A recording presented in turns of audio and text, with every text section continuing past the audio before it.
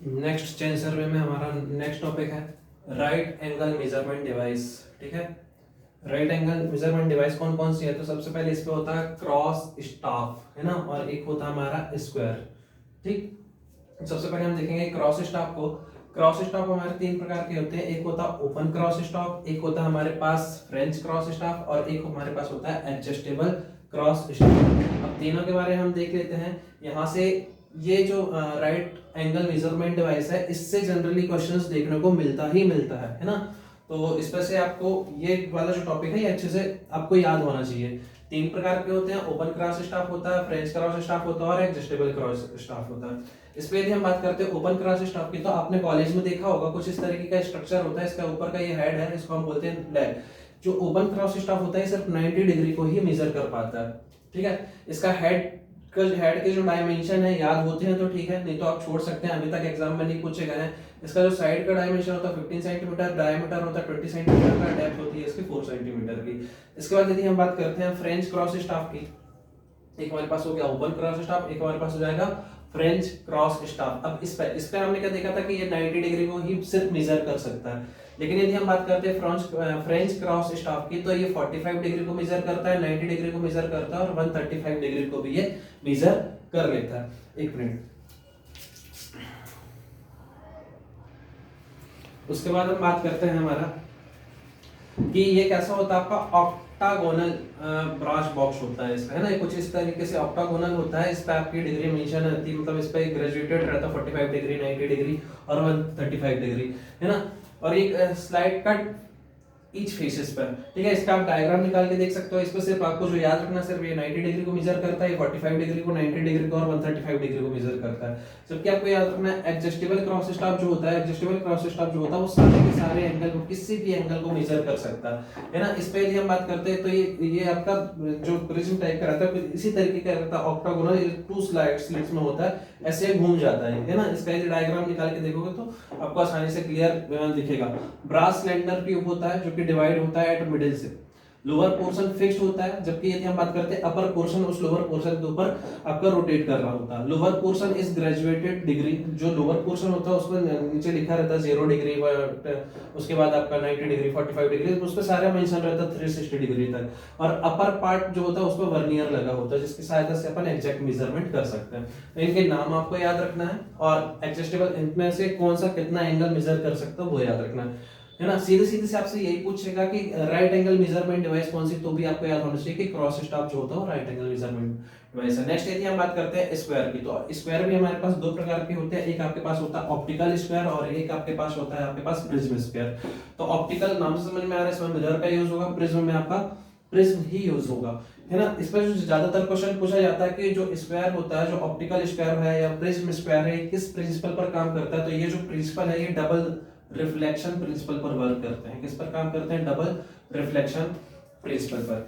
इस पे यदि हम बात करते हैं, two mirror locate at 45 degree to each other, है ना। जो मिरर होते हैं वो 45 डिग्री पर एक दूसरे से क्या होते हैं, लोकेट होते हैं। ऐसे यदि हम प्रिज्म की बात करेंगे तो ये भी आपका 45 डिग्री पे हर एक जो, मतलब हर एक जो है ना, मतलब दो मिरर है, दोनों के दोनों 45 डिग्री पे आपके क्या होते हैं, एक दूसरे से लोकेट होते हैं। नेक्स्ट यदि हम बात करते हैं, इसमें से पूछ लेगा कि कौन सा बेस्ट है, तो बेस्ट आपको याद रखना, बहुत आईएमपी क्वेश्चन है, पूछता बार बार पूछता कि बेस्ट कौन सा होता है, तो बेस्ट होता है आपका प्रिज्म स्क्वायर, क्योंकि इसमें किसी भी प्रकार का एडजस्टमेंट करने की नीड नहीं होती है हमको। नेक्स्ट यदि हम बात करते हैं प्रोसेस ऑफ चेनिंग। चेनिंग यदि आपने की हुई है, आपने कहीं पर लीनियर मेजरमेंट किया हुआ है, तो आपकी रीडिंग कुछ इस तरीके से आपको देखने को मिल रही है 50.60 चेन्स। आपने 20 मीटर की चेन यूज की हुई तो आपको बताना है टोटल लेंथ कितनी होगी। तो आपको पता है कि ये जो 50.60 लिखा है, ये जो 50 है ये आपका टोटल बताता है कि कितनी बार आपने चेन बिछाई, और ये जो लास्ट का 60 है ये 60 शो कर रहा होता है आपका लिंक को, है ना। तो आप टोटल चेन लेंथ आसानी से निकाल सकते हैं। 50 × 20 मीटर की चेन है, और जो लिंक है आपको पता है एक लिंक कितने की होती है आपकी 20 सेंटीमीटर की। तो आप यहाँ इसको मीटर में चेंज करके इसे मल्टीप्लाई कर दो तो आपको क्या मिल जाएगी, टोटल चेन लेंथ मिल जाएगी। नेक्स्ट पॉइंट है आपका, if chain length is less than standard length then following, कौन कौन से एडजस्टमेंट हमको करना पड़ेगा। कहने का मतलब ये है कि जो आपकी चेन लेंथ है वो आपकी क्या हो गई है, छोटी हो गई है स्टैंडर्ड लेंथ से। तो उस कंडीशन में आपको क्या करना पड़ेगा, आप क्या कर सकते हो, जो भी आपकी सर्कुलर रिंग्स है ना, जो कि आपकी हो सकता है कि दब गई हो, उनको आप क्या करोगे, सबसे पहले उनको स्ट्रेट करोगे, सीधा करोगे, ठीक है। सेकेंड पॉइंट यदि हम बात करेंगे कि जो आपका opening the end of ring, जो आपकी एंड वाली जो ओपनिंग्स हैं वो हो सकता है आपकी क्या हो गई हो, पूरी पूरी तरीके से जकड़ गई हो, तो उनको आपको क्या करना पड़ेगा, वो एंड की जो रिंग है उनको खोलना पड़ेगा। Providing the extra circular rings, क्योंकि चेन लेंथ कम हो चुकी है स्टैंडर्ड से, तो हम क्या कर सकते हैं, एक्स्ट्रा चेन लेंथ उसमें प्रोवाइड कर सकते हैं या एक्स्ट्रा रिंग्स प्रोवाइड कर सकते हैं।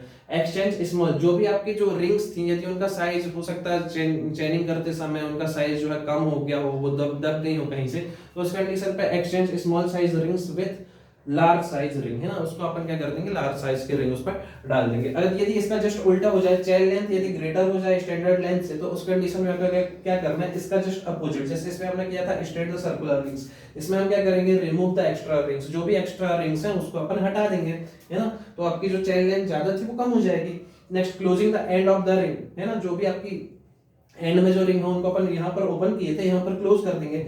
Changing the flat rings into the circular rings, जो फ्लैट हो गई हैं रिंग्स उनको सर्कुलर रिंग्स में चेंज कर देंगे।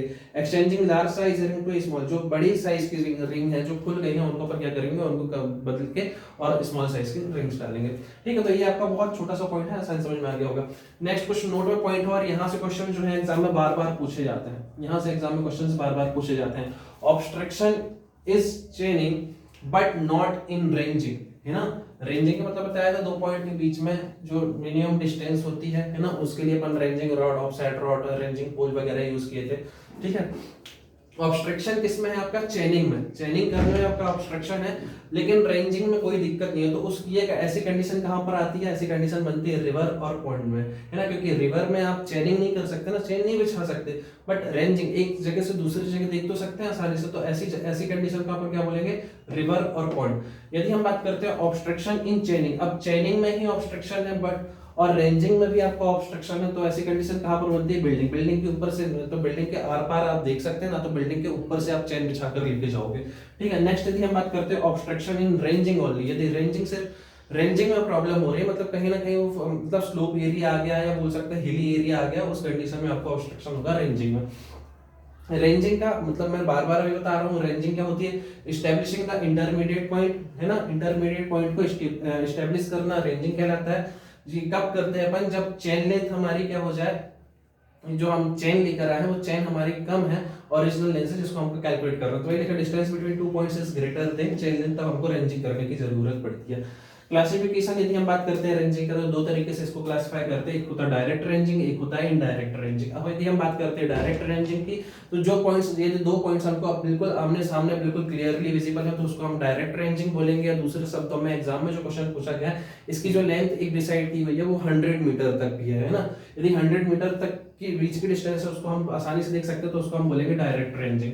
When two points are visible, है ना, two points are visible from each other, तो उसको हम क्या बोलेंगे, direct ranging valid for plain area. ये किसके लिए ओनली वैलिड है, प्लेन एरिया के लिए। तो इस पे यदि हम बात करते हैं तो मिनिमम कितनी रेंजिंग रॉड की सहायता की जरूरत पड़ती है, तो मिनिमम 3 रेंजिंग रॉड तो आपको चाहिए ही चाहिए। ठीक है, इंस्ट्रूमेंट यूज, जो इस पे जो इंस्ट्रूमेंट यूज किया जाता है, लाइन रेंजर, थियोडोलाइट का यूज किया जाता है। नेक्स्ट यदि हम बात करते हैं इनडायरेक्ट रेंजिंग की, तो इनडायरेक्ट रेंजिंग जहां पर आपको दो पॉइंट्स के बीच जो है आपको या दो पॉइंट्स आपके क्लियरली विजिबल ना हो, end stations are not inter visible. ठीक, minimum number of ranging rod, minimum ranging rod indirect में, ये क्वेश्चन पूछता है बार बार, इसको अच्छे से याद रखना। डायरेक्ट रेंजिंग में आपको 3 चाहिए है, इनडायरेक्ट रेंजिंग में आपको मिनिमम रेंजिंग रॉड कितनी चाहिए, 4 चाहिए। इनडायरेक्ट रेंजिंग का दूसरा नाम होता है रेसिप्रोकल रेंजिंग, स्लोप ग्राउंड के लिए। और यदि फॉरेस्ट वगैरह में कर रहे हो तो कई बार इसका नाम जो है, मतलब ये देखो, ये ऐसे क्वेश्चन है जो एग्जाम में कभी कभार आ जाते हैं, जैसे फॉरेस्ट वगैरह में, तो उसको अपन रैंडम रेंजिंग भी बोल देते हैं। नेक्स्ट यदि हम बात करते हैं ऑफसेट, तो ऑफसेट क्या होता है आपको यदि लेटरल मेजरमेंट लेना है ना, तो उस कंडीशन में आपका क्या, उसको क्या बोलते हैं, ऑफसेट बोलते हैं। तो ये बेसिकली ऑफसेट होता क्या है, डिस्टेंस मेजर्ड राइट और लेफ्ट ऑफ चेन लाइन, जो आपकी चेन लाइन है आपकी उसके लेफ्ट में और राइट में यदि आपको कोई मेजरमेंट लेना है तो किसकी सहायता से लेते हैं अपन, ऑफसेट की। Chain line to locate details को लोकेट करने के लिए ये दो तरीके के होते हैं, एक तो परपेंडिकुलर ऑफसेट होता है, एक आपका ऑब्लिक ऑफसेट होता है। यहाँ से भी एग्जाम में कई बार क्वेश्चंस देखने को मिले हैं, लॉन्गिट्यूडनल मेजरमेंट होता है या लेटरल मेजरमेंट होता है। तो मान लो आपने चेन लाइन बिछाई है, आपको इस जगह के बारे में पता करना, इस जगह के बारे में पता करना, तो यहाँ से यहाँ तक की जो, यदि आपने डायरेक्ट मेजरमेंट मेजर किया है यहाँ से यहाँ तक का, है ना, 3 4 5 का रूल लगा के, तो ये बेसिकली ये क्या है आपका लेटरल मेजरमेंट है ना। तो यदि आपने सीधे सीधे मेजरमेंट लिया तो परपेंडिकुलर बोलोगे, यदि 90 डिग्री के अलावा कोई सा और एंगल है तो उसके लिए आप क्या बोलोगे, ऑब्लिक ऑफसेट है। उसको पढ़ लेते हैं, lateral measurement locate at right angle, उसको अपन परपेंडिकुलर बोलते हैं, और ऑब्लिक ऑफसेट क्या होता है, lateral measurement locate at angle other than 90 degree, उसको अपन ऑब्लिक ऑफसेट बोलते हैं। जनरली इसको डेटा के हिसाब से या लेंथ के हिसाब से क्लासिफाई कर सकते हैं कि यदि हमारी 16 मीटर से कम की डिस्टेंस है तो उसको शॉर्ट ऑफसेट बोलते हैं, और यदि लेंथ ऑफ ऑफसेट यदि हमारी ग्रेटर देन 16 मीटर से तो उसको हम क्या बोलते हैं, लॉन्ग ऑफसेट बोलते हैं। एक नोट का पॉइंट हमारे पास, sloping error is not consider, कहां पर हमको स्लोपिंग एरर को कंसीडर नहीं करते, जब हमारा स्लोप जो है 3 डिग्री से कम हो या 1/19 हो, ठीक। एग्जाम में question limiting length of offset से भी पूछा गया है। अब इसका फॉर्मूला है, आपको अभी फॉर्मूला याद नहीं करना, यदि आप चाहो तो एक नजर मार सकते हो कि यदि ऑप्शन में मिलता तो आप आसानी से टिक कर सको। L = 0.025 divide by sin theta और मल्टीप्लाई 25 के बाद ये s लिखा है, ये s शो कर रहा है स्केल को। अब यदि हम बात करते हैं लिमिटिंग लेंथ ऑफ ऑफसेट की, ये किस किस चीज पर डिपेंड करती है, तो ये डिपेंड करती है स्केल ऑफ प्लॉटिंग, क्योंकि एस वहां पर लिखा है मतलब स्केल ऑफ प्लॉटिंग। नेक्स्ट यदि हम बात करते हैं possible error in direction in length, कितनी पॉसिबल एरर क्या है हमारे किसी भी लेंथ में, है ना, possible error in direction in length. Next हमारे पास एक्यूरेसी पे भी हमारी लिमिटिंग लेंथ ऑफसेट की डिपेंड करती है। नेक्स्ट यदि हम बात करते हैं वेल कंडीशनल ट्रायंगल, तो वेल कंडीशनल ट्रायंगल में आपको ये याद रखना है कि कौन सा ट्रायंगल आपका बेस्ट एप्रोप्रिएट होता है, इक्विलैटरल ट्रायंगल आपका एप्रोप्रिएट होता है, और इसका जो बेस्ट एंगल होता है वो 56 डिग्री 14 मिनट होता है, ठीक है। जनरली यदि हम बात करते हैं वेल कंडीशनल ट्रायंगल, वो 30 डिग्री से 120 डिग्री के बीच में होता है, लेकिन हमको एग्जैक्ट डेटा याद रखना है क्योंकि एग्जाम में यही क्वेश्चन पूछे जाते हैं। बेस्ट वेल कंडीशन ट्रायंगल कौन सा होता है, 56 डिग्री 14 मिनट। और यदि पूछेगा कि कौन सा ट्रायंगल, तो क्योंकि आपको ऑप्शन में आइसोलेशन ट्रायंगल दे देगा, अलग अलग ट्रायंगल के नाम दे देगा, एंगल यही दे देगा, तो उस पर कंफ्यूज नहीं होना, आपको याद रखना इक्विलैटरल ट्रायंगल और आपका 56 डिग्री 14 मिनट, ये पॉइंट आपको याद रखना है। यहाँ तक चीज क्लियर है ना।